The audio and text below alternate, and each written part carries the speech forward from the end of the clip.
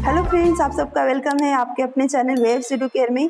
दोस्तों, BEd second year का हमारा यूनिट थर्ड चल रहा है। ये पेपर 1 का नॉलेज एंड कैरिकुलम का हमारा यूनिट थर्ड चल रहा है। यूनिट फर्स्ट एंड सेकंड का सारा वीडियो अपलोड हो चुका है। यूनिट थर्ड में दोस्तों ये 13 क्वेश्चन हमारा है। क्वेश्चन नंबर 13 जो है वो पाठ्यक्रम के प्रमुख आधारों का वर्णन, इस पर आज हम लोग बात करेंगे।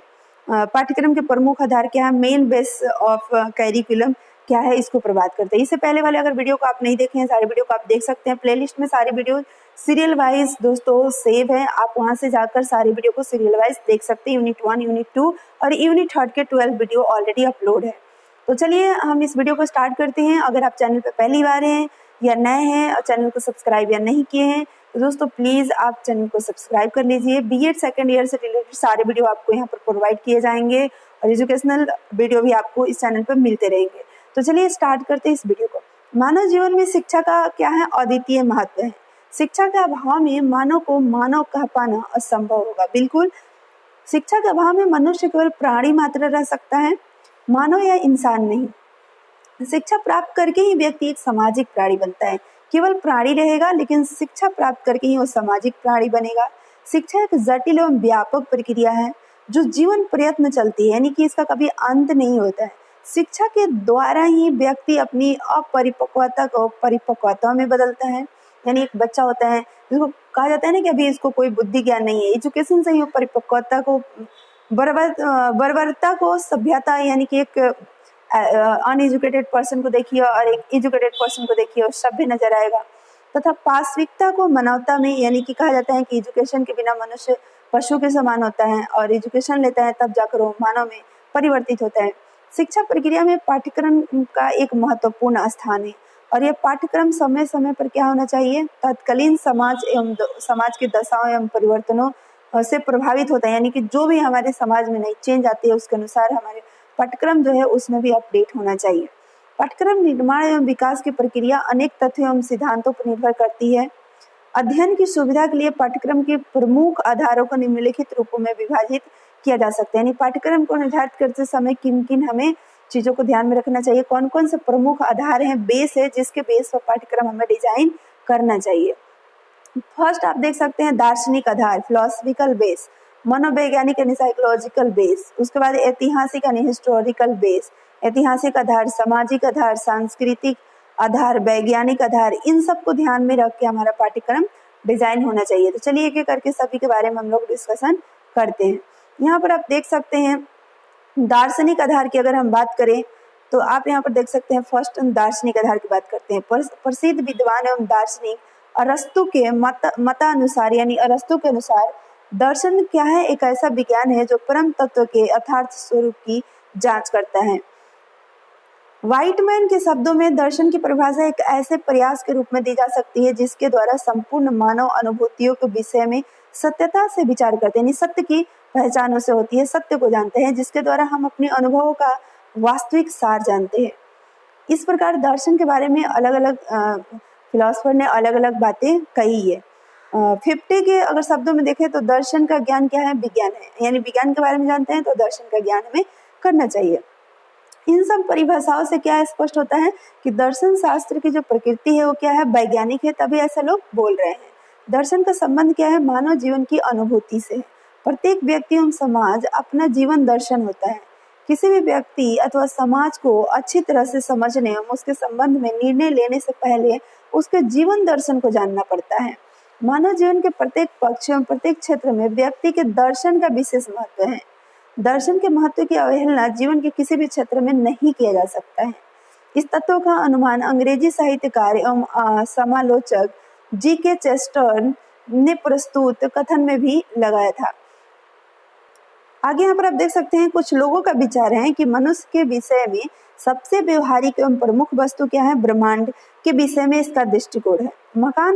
मकान मालकिन के लिए यह जानना बहुत महत्वपूर्ण है कि उसके बनने वाले जो किराएदार है उसकी आय क्या है, इनकम क्या है, परंतु उसके लिए यह जानना कि उसका जीवन दर्शन क्या है, उसका इनकम क्या है, ये जानना आवश्यक नहीं है जितना कि उसका जीवन दर्शन क्या है ये जानना जरूरी है।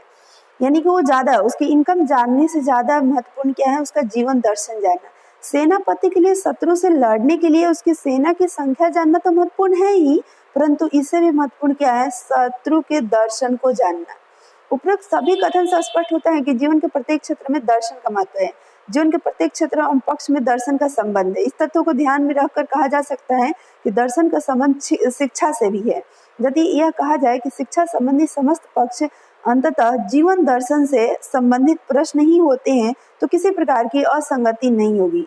यानी कि कहने का मतलब ये है सीधा सीधा कि दर्शन का शिक्षा से संबंध है, घनिष्ठ संबंध है। अनेक दार्शनिक तथ्य शिक्षा के स्वरूप, प्रणाली और महत्व को प्रभावित करते हैं। यानी अनेक जो भी दार्शनिक तथ्य हैं वो शिक्षा के स्वरूप को भी प्रभावित करते हैं, उसके प्रणाली को भी, उसके महत्व को भी प्रभावित करते हैं। यानी कहीं ना कहीं शिक्षा और दर्शन में संबंध है, घनिष्ठ संबंध है। तभी शिक्षा के उद्देश्य, पाठ्यक्रम, शिक्षण विधि, अनुशासन व्यवस्था आदि सभी पक्ष समसामयिक दर्शन को प्रभावित करते हैं। पाठ्यक्रम का तो मेरुदंड ही है दर्शन, यानी अगर देखा जाए तो बैकबोन है पाठ्यक्रम का, वो है दर्शन। बालों को क्या पढ़ाना चाहिए, क्या नहीं पढ़ाया जाए, इस प्रश्न का उत्तर व्यक्ति या समाज की दार्शनिक मान्यता के अनुरूप ही तय किया जाता है। शिक्षा के पाठ्यचर्या का निर्धारण शिक्षा के उद्देश्य के अनुरूप किया जाता है। यानी जो उसका कैरिकुलम है वो डिजाइन करते समय एजुकेशन का पर्पस क्या है, उद्देश्य क्या है, किस लिए हम एजुकेशन दे रहे हैं, इसको ध्यान में रखकर डिजाइन किया जाता है। भिन्न भिन्न प्रकार के जो उद्देश्य होते हैं उनके अनुसार पाठ्यक्रम भी बदलता रहता है। यहाँ यह स्पष्ट कर देना आवश्यक है कि जब शिक्षा के उद्देश्य का निर्धारण दर्शन द्वारा होता है, सोचिए अब शिक्षा का उद्देश्य जो है उसका निर्धारण दर्शन के द्वारा होता है और उद्देश्य के को आधार बना करके, उद्देश्य को देख करके पाठ्यक्रम डिजाइन किया जाता है। तो यानी ये कहा जा सकता है कि जो पाठ्यक्रम है वो दर्शन से मतलब कि प्रभावित होता है। एक समय था कि जब भारतवर्ष में शिक्षा का उद्देश्य क्या था, आत्मानुभूति। इस उद्देश्य की प्राप्ति के लिए उस काल के पाठ्यक्रम में क्या होता था, धर्मशास्त्र, नीति शास्त्र का अध्ययन तथा इंद्रिय निग्रह को अधिक महत्व दिया जाता था।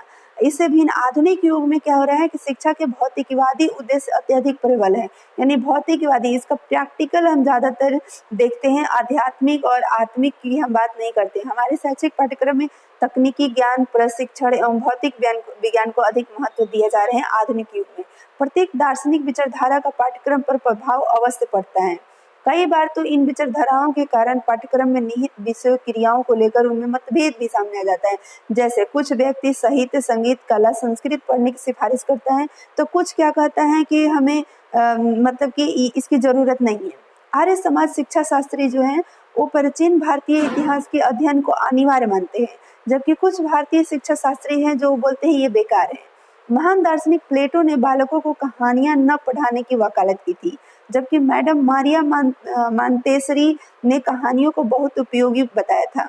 इन सभी के पीछे उनकी अपनी स्वयं की दार्शनिक विचारधारा है। सबका अपना अलग अलग मत है, अपना अलग अलग सोच है। जब कोई भी दार्शनिक विचारधारा विकसित होती है तो उस समाज के पाठ्यक्रम को अवश्य ही प्रभावित करती है। इस तथ्य के अनुरूप रस्क ने भी उचित लिखा है, दर्शन पर पाठ्यक्रम का संगठन जितना आधारित है उतना शिक्षा का कोई भी अन्य पक्ष नहीं है। दर्शन शास्त्र न केवल शिक्षा के लिए उसके पाठ्यक्रम को निर्धारण में योगदान देता है, अब तो दर्शन ही पाठ्य विषयों संख्या का भी निर्धारण करता है। इसका कारण क्या है कि जब समाज में विभिन्न प्रकार की परिस्थितियां, आवश्यकताएं, आदर्श उत्पन्न होंगे तो उन्हीं के अनुकूल हमारे शिक्षा का उद्देश्य भी होगा और शिक्षा के उद्देश्य के अनुसार ही हमारा पाठ्यक्रम का निर्धारण किया जाएगा। आज के भौतिकवादी युग में अगर देखा जाए तो मानवीयता की उपेक्षा न हो, इसलिए इंजीनियरिंग आदि के प्रशिक्षण में मानवीय विज्ञान, ह्यूमैनिटीज को भी स्थान दिया गया है। दर्शन शास्त्र के द्वारा ही यह निश्चित किया गया था। देश और काल के परिवर्तन के फल स्वरूप अभी तक अगर देखा जाए तो जिन विभिन्न दार्शनिक विचारधाराओं का अभ्युदय हुआ है उनमें से कौन कौन से हैं, एक आइडियलिज्म है और एक नेचुरलिज्म है, आदर्शवाद और प्रकृतिवाद।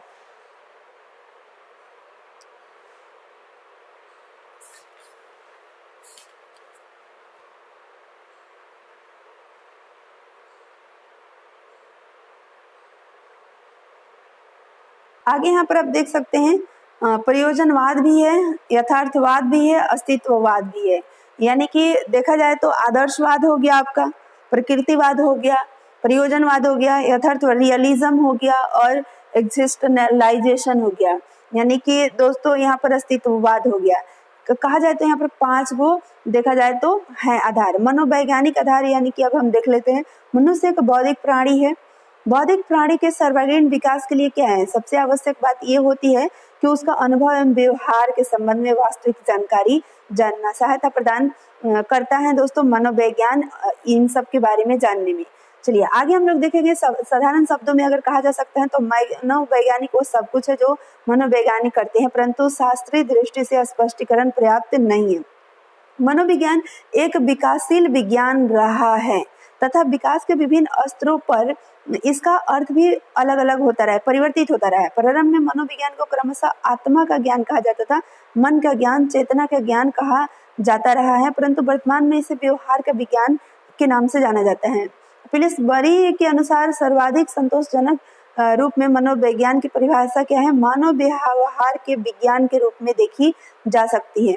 अब यहाँ पर आप देख सकते हैं कि वर्तमान समय में शिक्षा के क्षेत्र में मनोविज्ञान का महत्व धीरे धीरे बढ़ता जा रहा है। अध्यापकों को कदम कदम पर मनोविज्ञान की सहायता लेनी पड़ती है तथा प्रत्येक समस्या के समाधान के लिए मनोविज्ञान की आवश्यकता की अनुभव करनी पड़ती है। यही आवश्यकता पाठ्यक्रम को मनोवैज्ञानिक आधार प्रदान करती है। शिक्षा में मनोवैज्ञानिक दृष्टिकोण के कारण ही वर्तमान समय में व्यक्तिगत भेद के अनुसार शिक्षण कार्य संभव हो सका। पहले यह समझा जाता था कि प्रत्येक शिक्षार्थी को प्रत्येक विषय पढ़ाया जा सकता है, परंतु अब नवीन मनोवैज्ञानिक खोज के अनुसार ऐसा नहीं है। पाठ्यक्रम का निर्धारण बालक की इन्हीं रुचियों, आवश्यकता, क्षमता और स्वाभाविक प्रवृत्तियों के अनुसार किया जाना चाहिए। वर्तमान समय में बौद्धिक विकास के अनुसार बालकों को विभिन्न श्रेणियों में विभाजित किया जाता है, जिनके अनुसार बालक मंदबुद्धि होते हैं, कुछ पिछड़े होते हैं, कुछ सामान्य कोटि के होते हैं, कुछ कुशाग्र बुद्धि के होते हैं। मनोविज्ञान बताता है कि भिन्न भिन्न बौद्धिक विकास वाले बालकों का शिक्षण भिन्न भिन्न प्रकार से होना चाहिए, सभी को एक ही तरह से नहीं। आधुनिक मनोविज्ञान ही बताता है कि प्रत्येक बालक के विकास की विभिन्न अवस्थाएं होती है, जैसे बाल्यावस्था, किशोरावस्था, युवावस्था, प्रौढ़ावस्था, वृद्धावस्था। इन अवस्थाओं को ध्यान में रखते हुए बालक को शिक्षित किया जाना चाहिए। विकास की विभिन्न अवस्थाओं के ज्ञान के अभाव में बालक का एक से नीरस शिक्षा प्राप्त करते रहने से सर्वांगीण विकास नहीं हो पाएगा। शिक्षा में मनोवैज्ञानिक विज्ञान के समावेश के परिणाम स्वरूप ही आज बाल केंद्रीय शिक्षा पर ज्यादा बल दिया जाने लगा है। यानी बच्चों को केंद्र बनाकर शिक्षा दिया जाना चाहिए। बच्चों की रुचि, बच्चों की आवश्यकता, बच्चों की एबिलिटी को देखकर ही हमें उन्हें एजुकेशन देना चाहिए। प्राचीन दृष्टिकोण के अनुसार क्या था? शिक्षा प्रक्रिया को सबसे महत्वपूर्ण माना जाता था, शिक्षा को केंद्र बिंदु माना जाता था, बच्चों को कुछ नहीं ध्यान रखा जाता था, बच्चे चुपचाप रहते थे, जो टीचर्स बोलते थे वही बच्चे करते थे। लेकिन आज के टाइम में नहीं, आज के टाइम में शिक्षा प्रक्रिया छात्र को चारों ओर घूमती है, यानी बच्चों को केंद्र में रखा जाएगा और बच्चों को ध्यान में रखते हुए सारे पाठ्यक्रम डिजाइन किए जाएंगे। शिक्षा के क्षेत्र में बालक सादे हैं, अध्यापक केवल एक साधन का मात्र है। यही नहीं, आज प्रत्येक कुशल एवं योग्य शिक्षा के लिए यहाँ अपने विषय का ज्ञान होना भी जरूरी है। वहीं साथ ही साथ मानव स्वभाव एवं व्यवहार की भी परख होनी चाहिए। इसके अतिरिक्त बालक की क्रियाशीलता को ध्यान में रखते हुए पाठ्यक्रम में सैद्धांतिक विषयों के साथ साथ क्रियात्मक का भी समावेश किया गया है। मनोविज्ञान ने भी यह प्रमुख प्रस्तुत किया है कि पाठ्यक्रम में औपचारिक विषयों का भी ध्यान मात्र न होकर खेलों और क्रियाओं का भी आयोजन होना चाहिए। उपयुक्त विवरण द्वारा स्पष्ट होता है कि शिक्षा के क्षेत्र में विशेषकर पाठ्यक्रम पर मनोविज्ञान का भी विशेष महत्व और प्रभाव होना चाहिए। इसके परिणाम स्वरूप ही शिक्षा का सैद्धांतिक एवं व्यवहारिक स्वरूप ही परिवर्तित हो गया। यानी कि मनोविज्ञान को आधार लेकर के अगर हमारा पाठ्यक्रम जब डिजाइन किया जाएगा तो बिल्कुल पूरी तरह से हमारा जो पाठ्यक्रम है वो उसका स्वरूप ही चेंज हो गया। अब देख लेते हैं ऐतिहासिक आधार, हिस्टोरिकल बेस। इतिहास उन मानव की कहानी है जो समाज में रहते हैं। इतिहास के अंतर्गत प्राचीन घटनाओं का अध्ययन किया जाता है। इसके अध्ययन से हमें समस्त प्राचीन रीति रिवाजों, परंपराओं, सामाजिक, राजनीतिक एवं शैक्षिक संस्थाओं का ज्ञान होता है। बिल्कुल, मतलब इतिहास पढ़ने से हमें क्या मिलता है? पास्ट की जो भी घटनाएं हैं, जो भी चीजें, उसके बारे में। एवं इतिहास, शिक्षा एवं इतिहास का निकट संबंध है। बिल्कुल, एजुकेशन और हिस्ट्री का भी एक घनिष्ठ संबंध है। शिक्षा शास्त्र समाज की आवश्यकता अनुसार शिक्षा की व्यवस्था करने का कार्य करता है। बिल्कुल, साथ ही वह समाज की शिक्षा संबंधी समस्याओं का भी निवारण करने का प्रयत्न करता है, परंतु यह कार्य अकेले संपन्न नहीं कर सकता है। अपने उद्देश्य की पूर्ति के लिए उपाय एवं साधन ढूंढने और योजनाओं बनाने में उसे इतिहास का भी अध्ययन करना चाहिए, वो भी उससे भी उसे हेल्प मिलेगी। ऐतिहासिक पृष्ठभूमि के लिए इतिहास का ज्ञान जरूरी है। इतिहास के द्वारा ही जाना जा सकता है कि पूर्व काल में शिक्षा की क्या व्यवस्था थी, तत्कालीन समाज के लिए कहाँ तक वो हमारी जो व्यवस्था थी शिक्षा की वो उपयोगी थी। इस प्रकार के इतिहास के अध्ययन के द्वारा ही ज्ञात हो सकता है कि पूर्वकालीन समाज की शैक्षिक समस्याएं क्या क्या थी। समस्याओं के स्वरूप के अतिरिक्त शिक्षा के इतिहास के अध्ययन द्वारा ये भी ज्ञात होता है कि उनके निवारण के लिए क्या क्या प्रयत्न किए गए और उन प्रयत्नों को कहाँ तक सफलता मिली। ये सारी चीजें उसमें आपको जानकारी मिलेगी अगर इतिहास का स्टडी करते हैं। तो दो से कमियां थी, उन्हें इतिहास के अध्ययन द्वारा वर्तमान में दोहराने से बचने का प्रयास करना चाहिए। कहने का मतलब अगर प्रेजेंट को आपको सुधारना है तो इसके लिए आपको पास्ट को देखना होगा। अगर पास्ट में देखेंगे कहाँ पर गलतियां थी क्या थी, तो ताकि हम प्रेजेंट में उस गलतियां को दोहरा ना सके अगर उसकी कुछ कमियां थी तो इसलिए हमें इतिहास को देखना चाहिए। इतिहास के अध्ययन से ही हमें पता चलेगा कि भूतकालीन शैक्षिक समस्याओं के निवारण के लिए किए गए जो प्रयास थे वो किन कारणों से सफल नहीं हो पाए। इन प्रकार की सूचनाओं से पाठ्यक्रम की समस्याओं के निवारण के एवं पाठ्यक्रम संबंधी योजनाओं के निर्धारण के लिए अंतर्दृष्टि प्राप्त होती है। हमें बहुत सारी एक्सपीरियंस, बहुत सारे हमें आइडिया मिलते हैं। इतिहास के अध्ययन के द्वारा ही गत असफलताओं के कारण को ज्ञात कर उनका निवारण करने से सफलता का मार्ग प्रशस्त हो जाएगा। अब जो भी वहां पर प्रयास किए गए थे वो सफल नहीं रहा और किन कारणों से नहीं रहा, अगर उसको हम सॉल्व करके प्रेजेंट टाइम में हम फिर से करते हैं प्रयास तो बिल्कुल हम सफलता हमें मिल सकती है। उपरोक्त विवेचन से यह स्पष्ट होता है कि शिक्षा में इतिहास का एक अत्यंत घनिष्ठ संबंध रहा है। इतिहास शैक्षिक जगत में पाठ्यक्रम को अत्यंत गहनता से प्रभावित करते हैं। इतिहास का अध्ययन शिक्षा शास्त्र के लिए आधार तरह पृष्ठभूमि तैयार करता है, यानी कि इतिहास हमारे शिक्षा शास्त्र उसकी समस्याओं का अध्ययन करने और पाठ्यक्रम को डिजाइन करने में एक महत्वपूर्ण भूमिका निभाता है। सामाजिक आधार, मनुष्य स्वभाव से ही क्या होता है, एक सामाजिक प्राणी होता है। उसका जन्म तथा उसका विकास भी समाज में होता है। समाज में रहते हुए मनुष्य को अनेक कर्तव्यों का भी पालन करना पड़ता है, जिसमें शिक्षा मनुष्य का पथ प्रदर्शन का काम करती है, एक सही रास्ते पर उसको ले चलने में मदद करती है। परंतु यहाँ दर्शनीय बात यह है कि व्यक्ति शिक्षा प्राप्ति समाज में ही रह के करता है, यानी वह अकेले रहकर किसी कार्य को निर्वहन करने में सक्षम नहीं हो सकता। अकेले रहकर वह सब कुछ नहीं सीख सकता। उसके प्रत्येक कार्य में समाज का उसका सहायता एवं पथ प्रदर्शक होता है।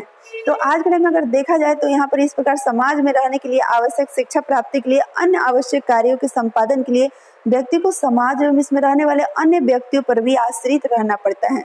शिक्षा व्यक्ति को सामाजिक प्राणी बनाती है और समाज शिक्षा के लिए आधार प्रस्तुत करते हैं। अतः हम कह सकते हैं कि शिक्षा एवं सामाजिक जीवन की धारणा में भी गहरा संबंध है। एक के अभाव में दूसरे की कल्पना नहीं की जा सकती है। इसलिए समाज के लिए शिक्षा और शिक्षा के लिए समाज, दोनों का समाजशास्त्र एवं सामाजिक विज्ञान जो कि समाजशास्त्रीय सिद्धांतों को एवं शिक्षा की समग्र प्रक्रिया को व्यवहारिक रूप देता है। इस प्रक्रिया में पाठ्यक्रम, विषय वस्तु, क्रियाएं, शिक्षालय, संगठन, विधियां, मूल्यांकन सभी सम्मिलित है। आगे यहाँ पर देख सकते हैं ओटावे के मतानुसार शिक्षा एक सामाजिक प्रक्रिया है। इसकी विधि और इसके लक्ष्य समाज की मान्यताओं के अनुसार तय किए जाते हैं। जॉन डेवी भी सामाजिक चेतना को शैक्षिक विकास का आधार माने हैं। ब्राउन ने भी इस तत्व को स्वीकार करते हुए कहा है कि समूह की सामाजिक चेतना में व्यक्ति का योगदान शिक्षा एवं समाज के मिले जुले प्रयासों के कारण ही संभव है। इस प्रकार शिक्षा एवं समाज शास्त्र के मध्य गहरा संबंध है। शिक्षा शास्त्र और समाज शास्त्र को प्रभावक तत्व प्रदान करता है। इस कारण हम बोल सकते हैं कि समाज शास्त्र में शिक्षा के सामाजिक प्रभावों तथा मनुष्य के जीवन में उसकी गतिशीलता का अध्ययन किया जाता है। दूसरी ओर शिक्षा शास्त्र में समाज में भी शिक्षा के स्वरूप तथा व्यक्तित्व विकास में योगदान आदि कालों का अध्ययन, आदि कारकों का अध्ययन किया जाता है। यदि शिक्षा शास्त्र को समाज शास्त्र का योगदान प्राप्त न होता तो शिक्षा अपने उद्देश्य को पूरी तरह से प्राप्त नहीं कर सकता। यानी कि शिक्षा को अपने उद्देश्यों को प्राप्त करने के लिए समाज की भी सहायता की जरूरत है। समाज शास्त्र ने शिक्षा शास्त्र के पाठ्यक्रम को समाज उपयोगी बनाने का पूर्ण प्रयास किया, जिसके बिना समाज के सदस्यों की सामाजिक ज्ञान की पूर्ति हो पाना संभव नहीं था। यह समाज शास्त्र की ही देन है कि वर्तमान पाठ्यक्रम जो हमारा है वो सामाजिक आदर्शों एवं सांस्कृतिक मूल्यों पर आधारित है। जो हमारा पाठ्यक्रम है उसमें आदर्शों की बात की गई है, सांस्कृतिक मूल्यों की बात की गई है। तो ये किसका देन है? समाज शास्त्र का। पाठ्यक्रम में समाज की दशाओं, समस्याओं, मान्यताओं को भी स्थान दिया गया है।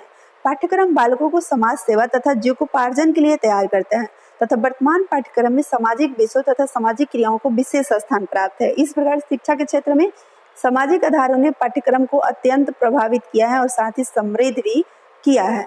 आगे हम देखेंगे सांस्कृतिक आधार यानी कि कल्चरल बेस। साधारण बोलचाल में संस्कृति शब्द का प्रयोग विभिन्न प्रकार से किया जाता है। प्रायः कहा जाता है कि अमुक व्यक्ति सुसंस्कृत है। अमुक व्यक्ति की संस्कृति कार्यों में कोई रुचि नहीं है अथवा भारतीय संस्कृति महान है। इस प्रकार से वाक्य से स्पष्ट हमें क्या होगा कि संस्कृति की अवधारणा अत्यंत जटिल और उसका प्रयोग विभिन्न अर्थों में किया जाता है। इस संबंध में टायलर ने उचित कहा है, क्या कहा है, संस्कृति एक जटिल संपूर्ण है जिसमें ज्ञान है, विश्वास है, कलाएं है, नीति, विधि, रीति रिवाज, समाज के सदस्य होकर मनुष्य द्वारा अर्जित अन्य योग्यताएं एवं आदर्श सम्मिलित है। ये सारी चीजें संस्कृति का प्रत्यय अत्यधिक व्यापक है और इसका संबंध व्यक्ति के जीवन के विभिन्न पक्षों से है। अपने व्यापक अर्थ में व्यक्ति द्वारा जो कुछ भी अर्जित किया जाता है वह सब संस्कृति में सम्मिलित है। शिक्षा भी अर्जित की जाती है, न कि वह कोई जन्मजात गुण है। बिल्कुल इस प्रकार शिक्षा भी क्या है, संस्कृति का एक अंग है। वस्तुतः शिक्षा के स्वरूप, उद्देश्य और अन्य पक्षों का निर्धारण संस्कृति द्वारा ही होता है। इस प्रकार शिक्षा और संस्कृति का भी आपस में एक गहरा संबंध है। समाज की जैसे संस्कृति होती है उसी के अनुसार ही हमारी शिक्षा व्यवस्था होती है। शिक्षा शाश्वत मूल्यों की प्राप्ति पर बल देती है। समाज की संस्कृति का स्वरूप भौतिक होता है। शिक्षा द्वारा भौतिक उद्देश्य की प्राप्ति का प्रयास किया जाता है। जिस समाज की कोई संस्कृति नहीं होती है उसकी शिक्षा का स्वरूप भी अनिश्चित होता है। जब संस्कृति ही नहीं है तो उसका स्वरूप भी निश्चित नहीं होगा शिक्षा का। संस्कृति के द्वारा उसके समाज की शैक्षिक प्रक्रिया पर्याप्त सीमा तक प्रभावित होती है। संस्कृति द्वारा ही शिक्षा का उद्देश्य, पाठ्यक्रम, शिक्षण विधियां, विद्यालय और अनुशासन के स्वरूप का भी निर्धारण किया जाता है। शिक्षा के पाठ्यक्रम को भी संस्कृति अत्यंत प्रभावित करती है, चूंकि समाज की संस्कृति शिक्षा के उद्देश्यों का निर्माण करती है और पाठ्यक्रम इन उद्देश्यों की प्राप्ति का क्या है, साधन है। यानी जो उद्देश्य बनाए जाते हैं उन उद्देश्यों को बनाने में संस्कृति का भी इंपॉर्टेंट रोल होता है और उद्देश्यों को प्राप्ति करने के लिए हम पाठ्यक्रम का डिजाइन करते हैं। यानी पाठ्यक्रम अगर देखा जाए तो संस्कृति पर ही आधारित है। विद्यालय समाज का लघु रूप है। समाज का एक छोटा सा रूप विद्यालय है, इसलिए समाज में फैली हुई संस्कृति विद्यालयों में दिखाई जाती है और इस दृष्टि से विद्यालय समाज की संस्कृति का केंद्र होता है। तो आप यहाँ पर देख सकते हैं सब एक दूसरे से कैसे रिलेटेड है। संस्कृति शिक्षक, शिक्षार्थी, शिक्षण विधि, अनुशासन व्यवस्था सब पर एक प्रभाव संस्कृति डालती है। इस प्रकार नारी शिक्षा, सह शिक्षा, प्रौढ़ शिक्षा, शैक्षिक समस्याओं के विषय में निर्माण भी संस्कृति के आधार पर ही किया जाता है। नेक्स्ट हम देखेंगे वैज्ञानिक आधार। वर्तमान युग में विज्ञान की महत्व भी बढ़ता जा रहा है। विज्ञान आज सभ्यता एवं संस्कृति का एक पर्याय बन चुका है। शिक्षा के क्षेत्र में विज्ञान का बढ़ता प्रभाव एवं महत्व सरलता से देखा जा सकता है। अधिकांश शिक्षा शास्त्रियों ने पाठ्यक्रम में विज्ञान एवं तकनीकी विषयों के समावेश पर बल दिया है ताकि बालक, समाज एवं पूरे देश का दृष्टिकोण वैज्ञानिक बन सके। पाठ्यक्रम में वैज्ञानिक विषयों के महत्वपूर्ण स्थान पर बल दिया जाए। इस विचार के प्रमुख प्रतिपादक हर्बर्ट स्पेंसर हैं। उन्होंने माना है कि शिक्षा का प्रमुख उद्देश्य पूर्ण जीवन की तैयारी है और इसका उद्देश्य प्राप्ति के लिए उन्होंने पाठ्यक्रम में वैज्ञानिक विषयों को भी सम्मिलित किया है। उन्होंने बालकों के अध्ययन के लिए शरीर विज्ञान, स्वास्थ्य विज्ञान, भाषा विज्ञान, पदार्थ विज्ञान, मनोविज्ञान, सामाजिक विज्ञान, राजनीतिक विज्ञान और शास्त्र सभी पर बल देने की बात कही है। भौतिक विज्ञान और रसायन विज्ञान, जीव विज्ञान, सामान्य विज्ञान के ये 3 प्रमुख अंग इसमें रखे गए हैं। शिक्षा शास्त्र का इन तीनों विज्ञानों से गहरा संबंध है और यद्यपि भौतिक विज्ञान और रसायन विज्ञान से कम तथा जीव विज्ञान से विशेष रूप से संबंधित है। विज्ञान बालकों में चिंतन की प्रकृति एवं तर्कशीलता को बढ़ाने पर बल देता है। विज्ञान ही शिक्षा के क्षेत्र में व्याप्त समस्याओं का वैज्ञानिक ढंग से समाधान भी करता है। विज्ञान ही शिक्षा जगत के सिद्धांतों को प्रतिपादन करने के लिए आधार प्रस्तुत करता है। वर्तमान समय में विज्ञान विषय के शिक्षण की आवश्यकता इतनी ज्यादा हो गई है कि भारत सरकार के द्वारा नियुक्त लगभग सभी आयोगों ने विज्ञान एवं तकनीकी विषयों के पाठ्यक्रम में लाए जाने की बात कही है। यह शिक्षा को विज्ञान की देन है कि भारत जैसे विकासशील देश में शिक्षा के साथ साथ विज्ञान एवं तकनीकी विषयों का भी व्यापक प्रसार हुआ है। विज्ञान ने प्रशिक्षित वैज्ञानिक एवं तकनीशियन मानव शक्ति में भी व्यापक वृद्धि करी है। यह विज्ञान का ही प्रभाव है। आज भारत में कृषि शिक्षा हेतु लगभग 20 विश्वविद्यालय एवं 100 से अधिक कॉलेज हैं। भारतीय कृषि अनुसंधान परिषद एवं कृषि विश्वविद्यालय द्वारा कृषि क्षेत्र में अनगिनत अनुसंधान किए गए। परिणाम स्वरूप हरित क्रांति, खाद्यान्न क्षेत्र में आत्मनिर्भरता, दुग्ध उत्पादन में वृद्धि, कृषि उत्पादन में वृद्धि आदि लक्ष्यों को भी प्राप्त किया गया। सफलता प्राप्त हुई सभी को। आज प्रत्येक जिले में औद्योगिक प्रशिक्षण ITI तथा भारतीय प्रौद्योगिक संस्थान IIT की स्थापना की गई, जिसमें इंजीनियरिंग की शिक्षा को बढ़ावा दिला। चिकित्सा के क्षेत्र में भी अगर देखा जाए, जहां पर 1947 में मात्र 15 मेडिकल कॉलेज, वहीं आज देश में इनकी संख्या 100 हो गई है और इस प्रकार से और तेजी से बढ़ती ही जा रही है। और यहाँ पर आप देख सकते हैं कि औद्योगिक अनुसंधान संस्थानों ने भी अपने क्षेत्र में अद्वितीय कार्य किया है, जिसके परिणाम स्वरूप मनुष्य ने अनेक घातक बीमारियों पर अपना नियंत्रण स्थापित कर लिया है तथा मनुष्य की औसत आयु में भी वृद्धि हुई है। इस प्रकार विज्ञान ने शिक्षा के क्षेत्र में अत्यंत महत्वपूर्ण कार्य किया है। तो ये हमारा दोस्तों था पाठ्यक्रम निर्धारित करने के जो बेसिक मूल्य जो मतलब के आधार हैं उसके बारे में हम लोगों ने डिस्कशन किया, जो कि आप लोगों ने देखा कौन कौन से मेन बेसिक आधार है हमारे पाठ्यक्रम को डिजाइन करने का। दार्शनिक आधार, एक तो हम लोगों ने दार्शनिक आधार देखा, मनोवैज्ञानिक आधार देखा, उसके बाद ऐतिहासिक आधार देखा, सामाजिक आधार देखा, संस्कृति आधार देखा, वैज्ञानिक आधार देखा, 6 देखा हम लोगों ने। तो इस वीडियो को आप अगर देख रहे हैं तो दोस्तों अगर वीडियो पसंद आई होगी तो लाइक शेयर जरूर कीजिएगा और फिर मिलेंगे नेक्स्ट वीडियो में। पाठ्यक्रम के दार्शनिक आधार की सविस्तार व्याख्या कीजिए, यानी दार्शनिक आधार के बारे में ज़्यादा इसमें हम लोग देखेंगे। जैसे दार्शनिक आधार हम लोग देख भी चुके हैं, इसमें ज़्यादातर हम लोग आदर्शवाद, प्रकृतिवाद, प्रयोजनवाद के संदर्भ में पाठ्यक्रम किस प्रकार से होना चाहिए इसके बारे में डिस्कशन करेंगे। तो आप सभी लोगों को thank you, all the best इस वीडियो को वॉच करने के लिए। Thank you.